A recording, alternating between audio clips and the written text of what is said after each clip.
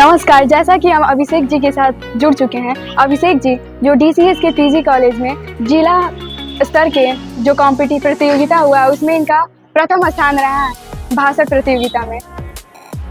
आप अटल बिहारी वाजपेयी पर कुछ कहना चाहेंगे जिनके संदर्भ में आपका भाषण रहा? धन्यवाद महक। जैसा कि तुमने बताया कि मैं जनपद स्तरीय प्रथम प्रतियोगिता अटल बिहारी वाजपेयी के जन्म शताब्दी के उपलक्ष्य में आयोजित की गई थी, उसमें मैंने प्रथम पुरस्कार प्राप्त किया है। तो आपने अटल बिहारी वाजपेयी के बारे में पूछा, तो देखिए अटल बिहारी वाजपेयी भारतीय राजनीति के विश्व पितामह थे। वो सर्व शिक्षा अभियान लॉन्च करके 6 से 14 वर्ष के बच्चों को निःशुल्क एवं अनिवार्य शिक्षा का प्रावधान किया। तो अटल बिहारी वाजपेयी शिक्षा के क्षेत्र में, राजनेता के क्षेत्र में तथा अन्य क्षेत्रों में, विज्ञान के क्षेत्रों में इनका अभूतपूर्व योगदान। आप अपने इस उपलब्धि को किसको आप देना चाहेंगे श्रेय? देखिए, मेरी उपलब्धि का सबसे पहला श्रेय डॉक्टर भीमराव अंबेडकर जी को देना चाहूँगा, जिन्होंने हमें सार्वजनिक मंचों पर बोलने का अधिकार दिया। जिनके अधिकार के बदौलत, जिनके दिए गए अधिकार के बदौलत आज हमारी बातें सुनी जाती है और हम अपनी बातों को कह पाते हैं। और दूसरा श्रेय मैं अपने परिवार वालों को देना चाहूँगा।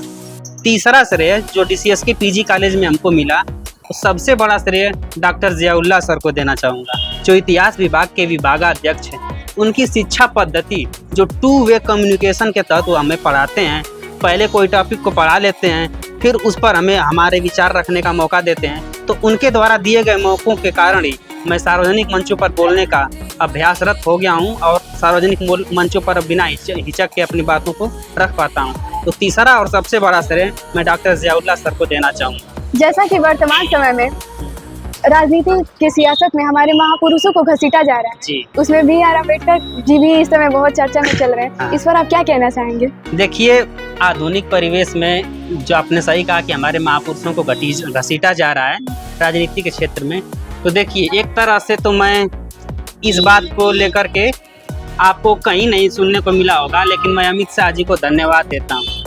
अमित शाह जी ने ये बात बोल करके न सिर्फ सभी लोगों का चाल चरित्र और चेहरा सबके सामने प्रस्तुत कर दिया, हालांकि कुछ बात अमित शाह जी ने गलत बोली थी, उसका मैं पुरजोर विरोध करता हूँ। एक राजनीति के तरीके, जी बिल्कुल, भाषा शैली उनकी थोड़ी सी गलत थी। एक राजनीतिक विज्ञान के स्टूडेंट होने के नाते मैं सबके विचारों को, सबके विचार भावों को क्लियर कर दूं कि अगर आपने राजनीति सवाल कर ही दिया है, तो अमित शाह जी ने जो ये बात बोल दी थी उसके पहले से आप देखिए कि समाजवादी पार्टी ले लीजिए, जो उनके स्मारकों को पत्थरों वाली सरकार, जो उनके स्मारकों को बनाने वाली पार्टी को पत्थरों वाली सरकार कह के पुकारते थे, कल तक उन्हें पत्थर नजर आता था, आज उन्हें भगवान नजर आ रहा है। तो इसके लिए धन्यवाद अमित शाह। आप आम आदमी पार्टी को देख लीजिए, जो अपने मंत्री का इस्तीफा ले लिए इसी बात को लेकर के अम्बेडकर के विचारों को फैला रहे हैं, आज उनको भी भगवान नजर आ रहे हैं, तो धन्यवाद अमित शाह।